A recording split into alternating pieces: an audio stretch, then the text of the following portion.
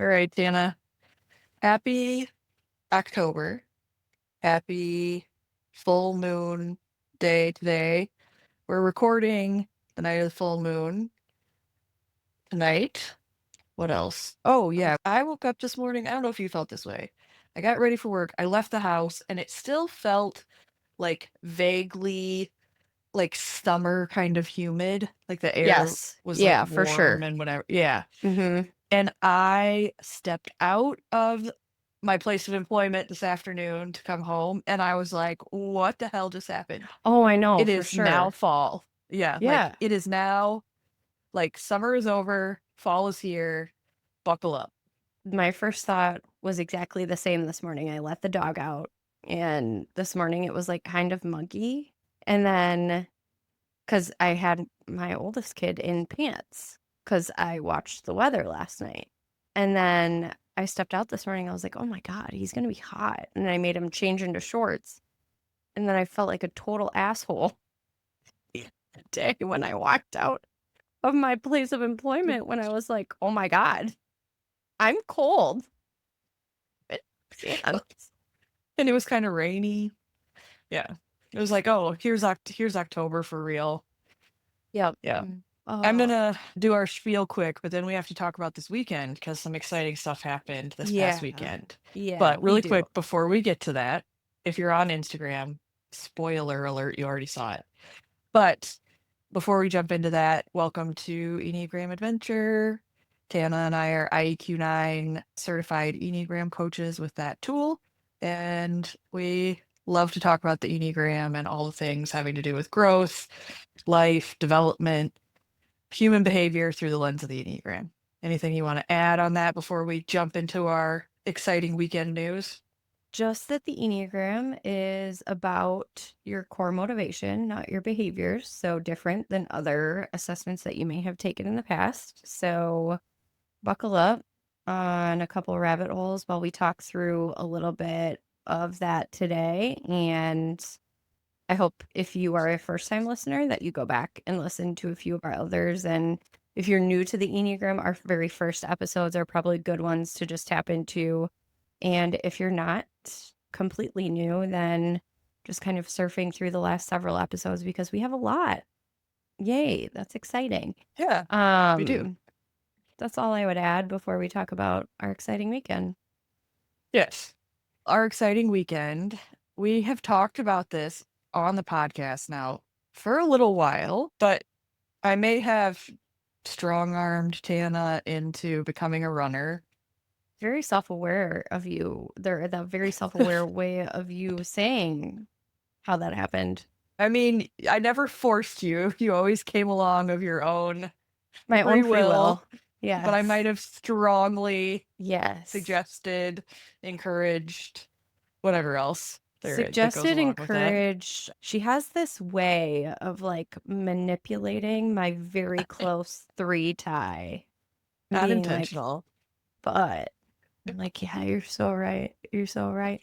But actually, remember, like, I don't remember if you remember this, but at the very beginning of the year, I told you that I wanted to do a marathon, and you were like, let's try a half first. I'm like, yeah, you're probably right. Yeah, that's true. And You I did say did that earlier it. this year. I You did did. it. Yes. You guys, I did it. Yep. She ran a half marathon yesterday, Yes, I even did. after having to take some time off to rest a what what we think was a stress fracture. If you're in the triathlon world, my guess is that it was not actually a stress fracture, but probably a stress reaction because you were able to run yesterday and Totally. yeah. So Yeah. Yeah. but yeah, super exciting. I was very happy to be along for that, even though towards the end I was the one that was a hot mess falling apart and Tannah was all good, like, let's get this done. And I'm like, I'm dying back here. My gosh. But it was like I was very pleasantly surprised with I my overall bumper sticker would be like miles 6 through 8 sucked. Miles 6 through 8 were like the freaking worst. And I was like, oh my God, like buckle up. Never once did I think like I'm not gonna make it. Never once did I think like I'm gonna have to stop. But for taking 3 weeks off between the foot injury and I also was sick during that time as well, I was very proud to finish it. My dad was kinda cute about it. He was like, "What place did you get?" And I'm like, "Dad, whoa, hold on." I'm out. And now I know where that very close 3 wing ties in, I had and a I was like, 3 ask "Yeah." me today on that, sorry, we'll come back to your dad, but just for the 3 tie again, I had a 3 ask me today if I won. "Did you win? Did you win?" I was like, "Well, I finished, so that counts as winning." So, yes, I did win. Yes. "You're winning at life, you're winning." Yeah. No, I so he asked me about that. The other thing that you guys should know is that I did not tell any of my family members, and I fibbed to my husband, letting him know that I was gonna be a spectator because I thought that they would all try to convince me not to do it because of my injury and my time off. So I just had to go a little rogue. Yeah. Yeah, it's okay. Yeah. So I had so much fun. I met a bunch of Holly's friends. I got to see Laura again. If you haven't watched our episode where Laura was on, I love seeing Laura. Found that we have like a mutual friend, which is really fun. So I get to chat about that with her when I see her. And our friend Danny came. If you are not following us on Instagram, you probably saw her. If you are following either one of us or the Forward Try group that Holly leads, but it it was so fun. Dan is having Danny there, having Laura there, meeting some of the people that I've heard so much about from your life, and like getting to have lunch after. It was fun. It was like the energy was so great. It felt really good. It felt good. Yeah, it was a great day. I love being there for the people's firsts. There's nothing like the first. Then you just kind of get addicted to it, and I personally really love the race atmosphere, so if you like a race atmosphere, then you'll just keep doing it because it's kind of fun. It's also an excuse to sit around and eat tacos and drink margaritas and whatever after the race. I mean, I personally use every long run as an excuse to do those things, but races make it a little more special. It was really fun. Also, we ran with one other person that it was his first one. So that was fun for me too. And honestly, it was the first thing that I have ever like truly trained for outside of organized sports. So Well, I we'll have to put you think, on like a real program for the next one with no injuries. right, right. Yeah. 'Cause it felt, I don't know if it was like what I loved about it was the routine part of it, or if I loved like the planning part of it or the progression part of it where it got easier. Because you guys, like, if you watched on our Enneagram Adventure Instagram, that very first story where she made me run 3 miles, it was only 3 miles. I thought I was And now you gonna can run die. 13. Yes. Yeah, I thought I was gonna die. It was really hot. It was buggy. It was like, it was a whole thing. But look at me now. So I Yeah. don't know Okay, if you it's know. like all of it or if like what pieces of it I liked the most. I think it's the struggle part of it a little bit is like, because I think you told me this, like a third of your workouts are absolutely going to like, what is wrong with me? Why is this so Yeah. hard? And then a third are going to be okay. And a third are going to be like, oh my God, so great. Yes. And I prescribe to that. I Yeah. believe that that's correct based I off of think my very short window of training. well now you're like in the cult. You can Right? buy one of those 13.1 magnets for your Oh my car. God, that's what my You dad can said too. He's like, "Are you gonna put one of yeah, those magnets on your car?" I'm like, "Dad, shut up." you can do all those things. But I was gonna say about that rule of thirds, I think that applies to a lot of things in life, right? Like you're gonna have like great days, you're gonna have okay days, you're gonna have terrible days. Or I think it applies to a lot of things in life. The other thing that gets even more interesting in the rule of thirds is that the more that you do this, I've found you can have all of those thirds happen in one workout. oh, this is the worst. I feel terrible. And then you warm up and you're Sure. like, oh, this feels amazing. This is great. Oh, that Mhm. was a really hard effort. Now I feel like I'm dying again, right? Like you can Right. run through all of that in one workout. Right. Hopefully I'm selling this to some other people out there. It's addicting. I Maybe can not. see Maybe why I not. can see why it's addicting. I am looking a little bit forward to getting back on my Peloton for a while. I kind of miss that. I don't know if I miss the convenience of that, right? Because honest to God, I was looking into like, do I need like a Burley for one of my kids so then I can just run and take one of them with me?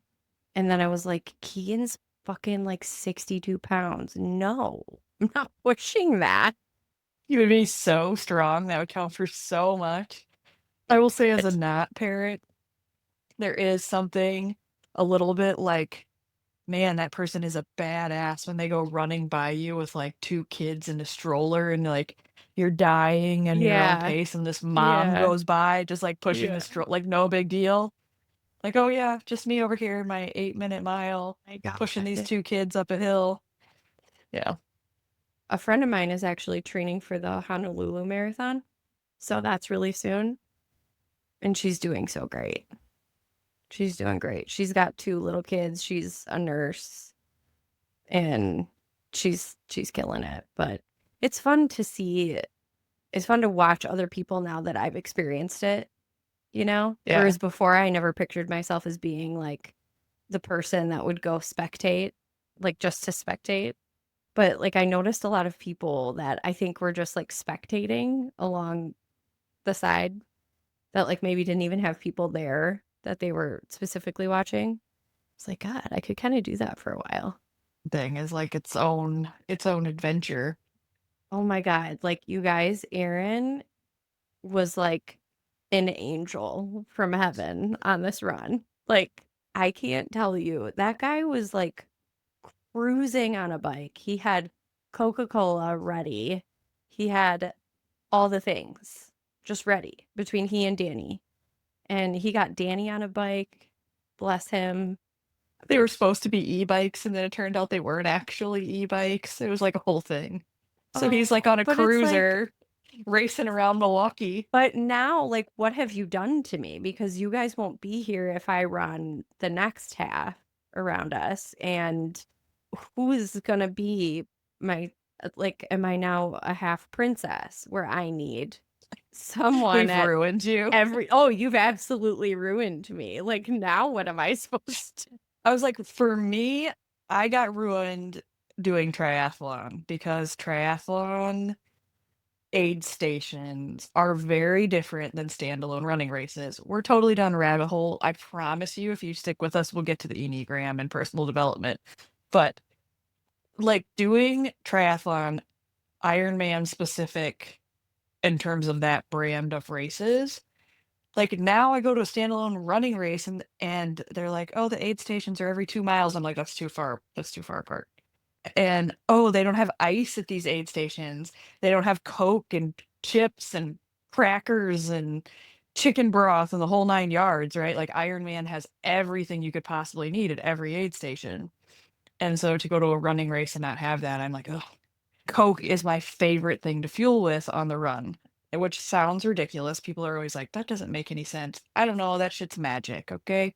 When you're running and you feel like absolute crap, like like crack open a Coke, 3 sips of that, good to go. Readily available energy instantly. Yeah, it was pretty great. And Yeah. I don't know. I think that the gel packet thing that I had at one of the aid stations ended up giving me that second wind. Yeah. It probably did. I unfortunately, my stomach can't do those. But yeah, anyway, so for the next one, you're just gonna have to train someone else up on how to Sherpa. Maybe Danny can cover it now that she's witnessed it. Although Yeah, she might. The Madison half, she would probably want the e-bike for sure. Well, She'd have to between get around on that one, she'd have to do some hills. because after I told my family, then they're like, "Are you going to run Madison so we can watch you?" And I'm like, "Do I do it?" I I don't know. selfishly, I selfishly kind of want, selfishly, not selfishly, like I want my kids to see 'Cause I want them to, like, see that we do hard things that aren't, like, laundry and, like, cleaning the house, you know? Yeah. Like, we're Yeah. whole ass people. Yeah. Well, Madison sometimes sells out, so you will probably have to look that up and decide. I heard their Yeah, 10K sold out. So, I'll but probably just that do one's it. that one's pretty good. It can be really cold. I've done it when it snowed, but it's a pretty it's last year it was a lake loop and then a little bit. So, See? yeah. So anyway, yeah, Yeah. All right. I've So, done a we're half. only she is a half marathoner. She can now get all the things. All right. Well, we've rabbit holed about running things for a while now. If you've stuck it out with us, we're gonna switch gears over to personal development side. And this topic, I was sharing this with Tana before we started. I was listening to a different podcast. It's called Excellence Actually, is the name of that podcast. Anyway, on that podcast, there's a couple of authors. You may have heard of them if you're into like self-development stuff. One of them is named Brad Stulsberg. And then the other one is his name just jumped out of my head. He's a big runner guy. Steve Magnus. His book's back there. That's why I turned around to look. And both of them, write kind of practical, what you might call self-help kind of books.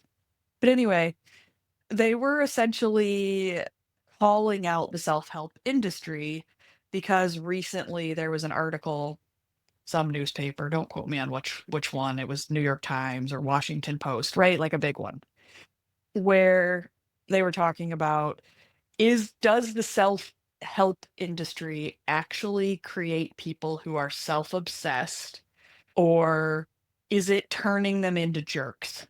Was a little bit of where they were going. Like, does the self-help industry make people have more narcissistic behaviors that then ultimately they become jerks? While I was listening to them, I started thinking, well, how, like, the Enneagram is a tool for self-development. Plenty of people could be like, oh, it's part of the self-help industry. Sure, absolutely. But I started thinking about that. Like, well, how does the Enneagram play into creating self-obsession? Well, I don't know. Is it too simple to say, like, too much of anything, right, is not Right? healthy? Too much of anything is not healthy? But definitely, I could see how it could, right? We give kind of disclaimers about this. You guys have heard it before where we're like, this is not an excuse. Like, don't use it as an excuse. I think the lens is that it should drive curiosity, and hopefully that doesn't lead to obsession. But I could see it. I could see it where you think of the excuse, right? It sounds like, oh, I'm a two. I get to be a martyr and not ask for my needs because I care more about other people than myself. That's easy to say because it puts the work on other people. Like, you have to meet me where I'm at. I don't have to meet you where you're at because I know that Right. about myself. It's like weaponizing self-awareness in some way. Well, yeah, because if you think about it, like, let's use some of the other words that it could be synonymous, like that could read like arrogance, that could read like Sure. narcissism, it could read self-absorbed. It could read a lot of things, and I think if you're not using it correctly, you're missing the curiosity. And I think about it, when we did a whole episode where we talked about how to use this as a tool and not to excuse your own poor behavior. And I think there's a little bit of that they were getting to where they're talking about this against this backdrop of like the self-help industry. And it's very curious, right? Because both of these guys are best-selling authors within the self-help industry. And so to have them talk about it, but the idea is that it needs to be something that like is practical and actionable, and anybody could take anything too far to that point. Mhm. One of the examples they gave, and this isn't totally about the Enneagram, we'll get back to that, but was the book, it's got really popular in the last year, which is Let Them by Mel Robbins. And I haven't read that. I know the theory of let them, but they talked about, you could take that so far as to be like, I don't, let them do whatever, let everybody do whatever, and I don't need anybody, right? And it could kind of create this like isolating, like, well, it's not me, it's you, like, let them kind of in this sort of not productive way. And they're like, I don't think that we want to look at anything like that, right? It's not about, and that's where they were getting to this idea of being a jerk. Like, if you are using a book or a tool or the Enneagram as like, well, I am the way I am, and everyone in the world needs to adjust to me because I'm taking care of me first and screw everyone else. That's where you get this, where these things start to get these like weird connotations around them, or where it could make you self obsessed. Like I think about, if you think about all the negative stereotypes of each Enneagram number, and I'm gonna pick on eights because they're an easy target in Yeah. this case for Yep. examples. But if we think about the negative connotation with the eights, they're overly direct, they're mean, they're a bull in a china shop, they're this, they're that, right? In terms of how they show up, how they just ask for what they want, how they're overly assertive. And sometimes they can come off in those ways if they're not working on their own development. But like if you just took that and then every eight in the world was like, buck up, guys, I am who I am, right? Like, It's the God, like it's hard for me to think that other people think this way because as a two, this is very readily available to me from like it takes all kinds, we're inclusive. Like it does, even if you think about constructs in a family or constructs in a work environment, everyone has different sets of skills that make them good at whatever role that they're playing. If you think about it, like from the really elementary stereotypical view of a family, that looks like a mom who's really nurturing and a dad who's a disciplinarian, maybe, I don't know, like whatever the skill is, but it creates a whole. And sometimes that whole has things that it could be better at, but some things it's really, really good at. And if we take a little bit of every single number, right? The idea is that we're better with all nine, which goes back to the point of specifically with IEQ 9, it talks about how well integrated you are. So that's something that we would see after an assessment. And integrated meaning like how balanced are you throughout not just all nine numbers, but your conflict style, your center of expression, like all of those things. The highest that I've ever seen anyone rated on that is moderate. And if you think about it that way, sure, you can work on yourself being a little bit of all nine types, right? But at the end of the day, you need all nine types around you and other people. So to be better, the answer isn't being a narcissist and like looking inward about what gifts it is for you. But I totally resonate with everything you said for an eight because they're easy to pick on in this situation. My husband would tell you, like, people have told him he's arrogant or he comes like I've heard him have many an argument with other people about like it's easy. It's this, this, and this. And here's how I've done that. Like, and he'll give an example, right? That reads like arrogance. Now, if yes. you know an eight, you know that they want you to meet them with that same energy. That's what they're looking for. It's not ill-intended in all cases. In some cases, it might be. I don't know. But I rabbit hole that a little bit just to say it takes all nine. So if you can think about the Enneagram from a self-help perspective without getting completely absorbed in just yourself. I do think there is an element when you originally learn about this, and I don't know if you feel this way or not, where I was kind of obsessed with figuring out how I became this way. Enter Brandon. I think when I first learned it, I wanted, this is like a difference to, I think, in numbers a little bit. My first objective was to learn as much as possible. to understand the system. I there's some assessments that you take and or even horoscopes, like if we just want to like for a second on Mhm. astrology, right? Where it's very easy to just go to like your type, your sign, your I don't know if you're into Myers-Briggs, right? Like your combination and just like hone in on your thing and just only read that and don't take in anything else. And I got really obsessed with not just understanding five, but understanding the system and the different ways that it could be taught and the history of it and the blah blah blah.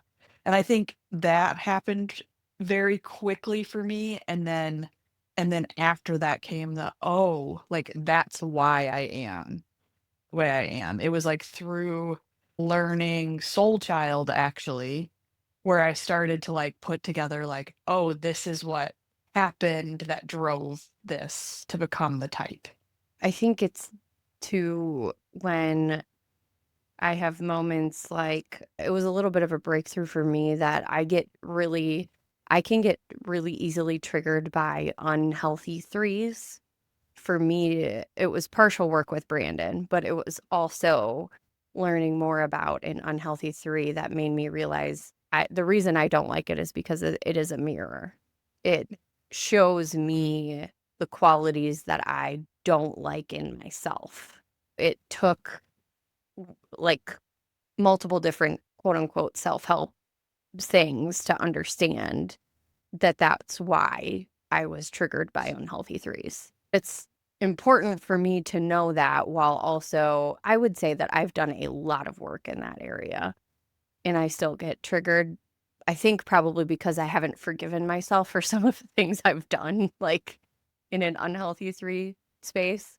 I think to this idea too around like, and you said it perfectly before, I just want to go back to that, right? Like the idea behind self help is getting better. And in order to like, the reason you get better isn't just for you, right? Like the reason Yeah. you're getting better is for the people around you. Or so, maybe you are an eight who's been called out for being overly direct and you are learning how to be vulnerable and how to be softer and how to let people in. And you're doing self-help work. You're doing that for the people around you.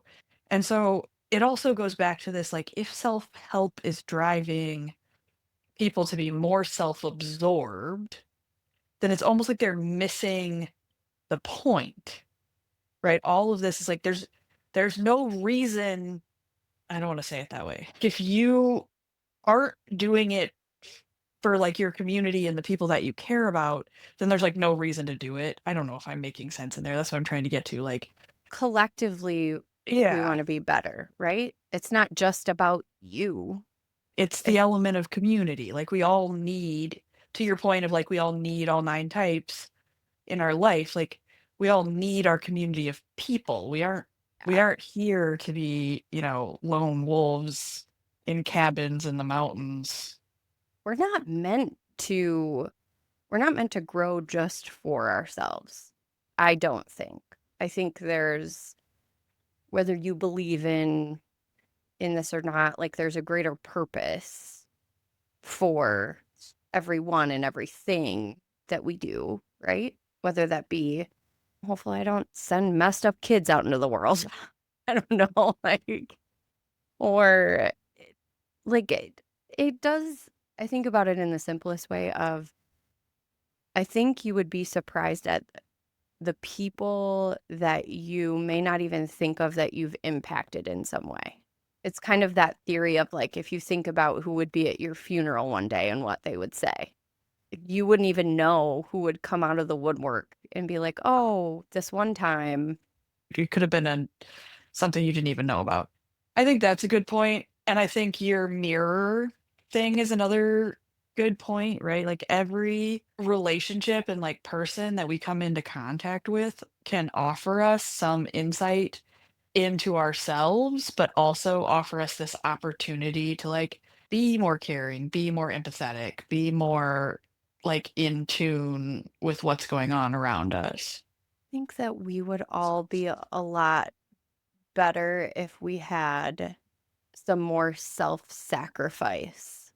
And it's interesting the opposition of like the self-help, but a little bit of the how do I I've said this before. The comparison I'm trying to think of is like now that I've done the work that I do for like a day job for such a significant amount of time, I don't necessarily resonate a ton now with like it becomes my feeling. When somebody has a feeling, it becomes my feeling, or I get confused. I don't, especially if someone's bringing me a problem that they're having. It's more of like I've talked to Brandon about this before. I kind of envision as like I kind of step away from myself when I'm in those kind of conversations where I'm like truly a bystander to what's going on. It's a little bit like that is what I'm getting at, where like, how can you do enough work and understand yourself enough to be able to step away from yourself Right. for the collective, right? Yeah. So Yeah. self-sacrifice isn't the right words. It's more like, how do Well, you gain I strength, was, maybe? yeah. Yeah. What I'll say about your word choice and self-sacrifice is like, of course, the two use the terminology self-sacrifice. I was like dead on for the two. But aside from that, like, I get what you mean. It was also like, I think it was last week, maybe. I stumbled across this Instagram post that was all about like the idea of community. And like everybody says they want to be a part of a community and they want this and they want that, but are they willing to do the things that it takes to be a part of that? Are you willing to do the things that it takes to have the relationships that you proclaim you want to have? Because those are all going to happen in the real world. And those are all going to happen and be built through things that are actually uncomfortable. Like, it's sort of, this is an over exaggeration, but it's sort of like trauma bonding, right? Like the people that are closest to you are going to be the people who've gone through and stuck by you through really hard things. And I think about it, this is, it can happen within work settings on teams when you have groups of people that are doing really hard shit together, right? And it could be maybe they travel all the time for work together for a host of different reasons. Or maybe if they're nurses, for example, they're dealing with life and death situations together all the time. And so it builds this closeness, but it's through these hard situations that that closeness gets built. On a less life or death level, you can think about that of like it's the triathlon community, it's the run group that you're a part of when you show up day after day and like suffer through a thing together. Like you build bonds differently. And I think the idea of community is, let's talk about that because at the half marathon that we did, like, there's people alongside there that are like holding up little Mario Kart mushrooms that are like tap for speed and they like want everyone to like engage with them and they are cheering for each other. And it's that. I was telling Danny actually on the way home. Have you ever heard of like collective effervescence? Oh, no. So I got served it on Instagram, I think is where I got served. But I am classic for like think about it at a really elementary level at like a wedding. If it's a really emotional wedding or it's a really happy like that collective effervescence is the reason for a feeling. I saw it like from a religious perspective, like if people are all like worshiping or whatever it is that they do together, then there's a feeling that Yeah, like it's an yeah, energy exchange yeah. that happens. I fucking love that shit. Like, you guys, I'm a high feeler. I get it. But it's those, and I get goosebumps like every time it happens to me. And it happened to me multiple times while we were running. I cry, even if it's happy. It's Yeah. like it's just that overwhelming. I'll see if I can find the reel that I got served up. But it's a little bit of that where it's how can we translate that thought of the industry and the self-help industry to be more like we're collectively working on ourselves together to be better for each other. And, it's Right. yes and. I 100% agree. I think it's just to like pull it back to the Enneagram and like all the 9 types, I think it is that, and we've talked about this before, like as you learn the Enneagram and you learn the different types, it suddenly becomes about, well, now I think about, oh man, how did it feel for the 2s in my life growing up to feel like the only way that they got love and attention was by being helpful? That if they didn't serve a purpose, then they weren't worthy of love, or and for every number, I use 2s as the example, but every number has their thing, right? So if it was a 1, right, and like the only way I can be loved is if I'm absolutely perfect and I do everything right. Those things for me learning the Enneagram was like, oh, I now have this empathy and understanding for this thing in the other person that used to drive me fucking crazy. Yeah. Now I can be like, think about the little them, think about like what happened to them that drove that Hmm. behavior, led them to believe these things about themselves. I remembered what I was going to say when you were talking about like trauma bonding. Oh That's what yeah. Taylor Swift means by her song Cancel. Good thing she likes her friends canceled. I have not don't I haven't listened to that yet. I'm having my like 4 moment of like Taylor Swift is having another big moment, and so I gotta like give it some space before I can like, yeah. Oh, that's funny. If you're going to be up here, just down. For those of you watching on YouTube, my dog has entered the podcast. He was crawling around behind you there for a little Was while. he? Yes. I think he's probably a 2. So I mean, needy. they do say dogs take on the like characteristics of their owners. Usually they talk about it from like an appearance standpoint. Have you seen those? Like where Yeah. the pictures where the Yeah. owner looks like their dog? Yeah. Totally. Okay. Anyway, rabbit Anyway, hole. I totally subscribe to the community side of the Enneagram. I think that's probably why, candidly, like I think I just took to it much faster. Any other assessment I've ever done is just very like transactional. And I just right. really haven't been interested in learning more. I think some of it's like the whole system of the Enneagram made it attractive to me. It wasn't just like, oh, you're a Well, it's red, blue, deep. yellow, blah blah. Yeah. Yeah. It's got like significant depth. I've Yeah. always And I wondered if some think of those assessments end up being like triads or something. Like, right, like one part yeah. somehow. So, one of the books that I had read that I would say is self-help ish is like that 12 Rules of Life by Jordan Peterson. I talked to you about it for a few different things, but his, I'm going to murder this dog. I'm going to murder him. No murder. We're not unaliving anything on this podcast. Leave Mr. Potato Head alone. No, I should be so happy. He's 12. So, that book that I had read, Self-Helpy 12 Rules of Life by Jordan Peterson, he's been on like a lot of cameo podcasts and like I've seen a lot of reels of him. But a lot of what he talks about is being like part of a collective. I think that's why I loved that book. And I actually just bought the other one that's part of that. But you can even see it in the titles where it's like one of them was like stop and pet the cat on the street rule, but then there's like a whole plethora of depth and story behind it. But it is for like a greater community sense.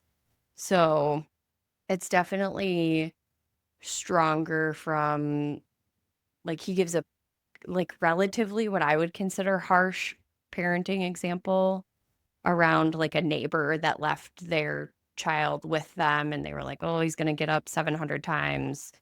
And Jordan's like, "No, like I just put him in his crib and I like put my hand on his chest and like, no, you're not getting up." It felt kind of harsh like like reading it, Yeah. but it's some stuff like that, but then it's other stuff like that's really meant for the betterment of society as a whole. Like not even like if you zoom out even from community. It's like, how do we all just become better people for everyone around us? And like, and this is maybe my two again coming out, but like in terms of the transaction and the relationship, but inherently, if you are more well rounded and more open to other people and have more visibility and understanding, to your point of like thinking about the inner child of other people, right? Your relationships will get better. And Right. then you may feel better because your relationships are better and you have more of a community around you. Like, I don't believe we were meant to live in this world isolated. I think while there are times that in your life that you might be like, I need to go off and be by myself, you ultimately cannot stay there. You can't live there forever with no one else. I mean, I think there's pretty decent work done in psychology and in human behavior kind of studies that sort of prove like what happens to people who live in isolation for a long time and basically how they go Yeah. kind of crazy, right? Yeah. And it's one of, I mean, It's something we do it's to one people of in the, prison. right. That's what I Like, was going to say. It's like there's reasons for, or things that happen to people psychologically and physiologically when we are isolated. we have language and thought for a reason, not to Right. just talk and think to ourselves. No, I think this is a good debate though, because the other thing that I noticed after learning my number and something I noticed about my husband after learning his number, it is so accurate. At least that, like, after doing the IQ-9 assessment, I was like, this is crazy. How could this be so accurate? That was the curiosity that started it. Because to your point, it's like, How? How am I answering these questions? Feels like a magic trick at the beginning. You're like, okay. So same people listening to me when I say that I want something and it shows up on my feed Yeah, 30 and the minutes algorithm. later. Yeah. Google. Um, Yeah. right? I really, really, really subscribe to you do it for yourself, but you do it for the greater good. Or the greater Yeah. good might be the greater good of your work or the greater good of your home or whatever your greater Yeah. good might be. I 100% agree with that. I think everything can have a dark side if we decide to take it that. And you made the point right at the beginning, right? Like, and any too much of anything can become bad, right? It's a tenet of the Enneagram that we talk about regularly, right? Anything in excess becomes a weakness. And so if you're just obsessed, the next self-help thing and the next self-help thing and the next, like, right, like that could become a weakness. It won't actually help you versus like taking it, working on it, noticing, caring about your impact on others. Maybe it's like caring enough about yourself to care about the collective. Yeah, I would say it's seeing yourself as a piece of the whole instead of separate of it. If you're a piece of the collective versus Do you feel that's readily available to you as a one-to-one subtype? Because as a social subtype, that's like no big deal. no big deal. I don't know. It's not always easy. Now, you could go in a bunch of different directions with the Enneagram in that exact question, right? You could be like, well, four wing, that like drive for individuality, the feels like a four, right? Like we could go in that direction and have like, well, that's where you could struggle with it. But in the one to one subtype, I still think of myself in the collective, but it's not, I don't know if it's the same as a social would. I tend to see myself as an observer of the collective, a noticer. Like, this is happening in the collective, I noticed, versus always seeing myself. But the way for me is I just very much value the like strong relationships that I have. I think it's more about like I want to have, and maybe this is like a not reasonable and like over romanticized expectation. I recently just had this chat with Brandon about like maybe my expectations for people are too high. But like, I just have this like vision for my life of these people that I have these like very strong relationships with. And then through these relationships that are one on one, it creates this collective of people around me. It's, I don't know, maybe it's like overly idealized in my head of what I think it could look like. But that's what I want. And that's what I think about, like in terms of like how I am in a community or whatever. Like I'm not interested in the like anybody who's like in or out, like where it's like, I'm not sure, whatever. Like be in. If you're gonna like be in. And if you're in, then I'm all in with you. Right? Like it's Right. that kind of thing. That's interesting. That's interesting because I can also subscribe to that, but I think it's as I get older. It's like as I get older, the less and less interested I am in having like very surface level relationships. Like I'm not going to go out of my way to spend time or reach out if I don't have like that deeper friendship, if that makes sense. Maybe it was, I think I talked about that on a couple podcasts ago. It was a gift that like a friend who I thought was a friend was like mad at me for not doing something that like going out all the time or whatever. She was like, Right. "Oh, you're losing friends." I'm like, "Cool, Gucci, bye." Like Right. I had a moment where I gave myself permission to be like, "All right, well then fuck you." Like, Yeah. but I also think if I really reflect on it, being married to an 8 makes doing that so much easier because he like Yeah. he'll like pump up my tires if I do that. He'll Right. be like, Yeah. "Yeah, you tell him. You you do that Yeah. thing and stand up for yourself." Yeah. It's interesting. That's It is. interesting. It's so funny too, because some of that's like the opposite of being married to the nine, where I'm like, I'm so mad at this person. And so sometimes they'll get on And he'll board be with me, like, but not always. "Wait, But he'll be let's like, see but all do you sides think, of this situation." right? Do you think they really meant it that way? And I'll be like, "Mm, Yes, they yeah, totally meant it. My gosh, that is funny. I think that we would be in a much different societal place if we just had a little bit more room for understanding each other. And even well, if it's we just, don't understand, just maybe even being curious about asking. and willing to forgive. Yeah. Like everybody screws up. Nobody's going to be perfect. Yeah. Yeah. Like, let just, it's all right. Like, let's stop holding people to impossibly high standards. Everybody's going to have an off day, a down day, say something they didn't mean day. So I would like to think that most people use self-help not to become self-righteous, arrogant, and narcissistic. I hope so.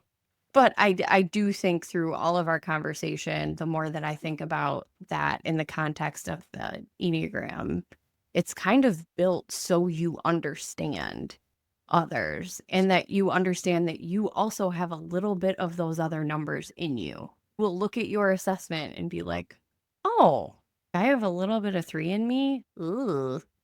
Like, I Right. thought I was triggered by 3s. What's that about? Right. It's a mirror image of you. That's why you're annoyed, Tannah. Yes. Well, this was an interesting one.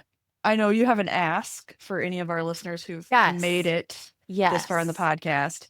But before we do that, I just want to thank everybody who has stuck around because I know this one was not organized. There was not like a overall theme. We kind of like went a little all over the place, but I think it was a good conversation. Hopefully, you were infotained today by this podcast. But anyway, Tiana Mhm. has an ask for the next episode. So we need your help.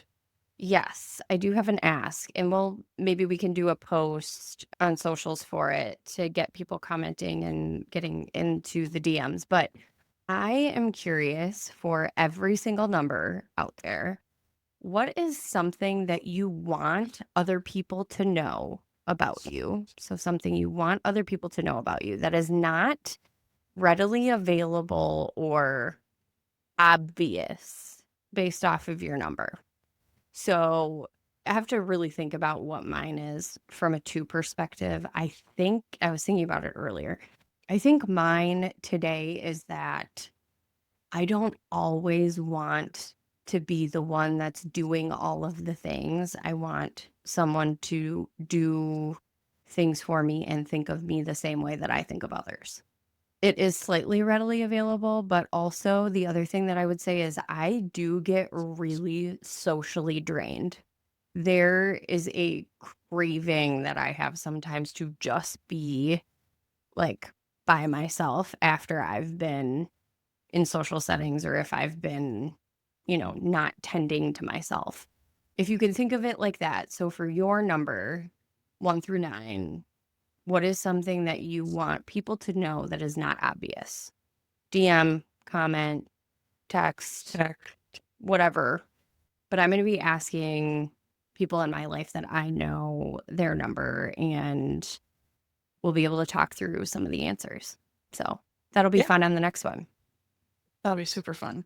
And we're still working on the guest pods. We just have to arrange some dates. We say that every episode. I know, but we got to get some stuff on the books with a few guests that have reached out to us. And not to make this podcast all about running, but while we were at the half marathon, we did have this brilliant idea of how do we get a kind of a group podcast together with several folks who have been guests previously to all record together and talk about things. So we're working on that. We're going to get it on the books. We're going to get that done hopefully before the end of the year. And who knows, we might do like a podcast while we're running sometime.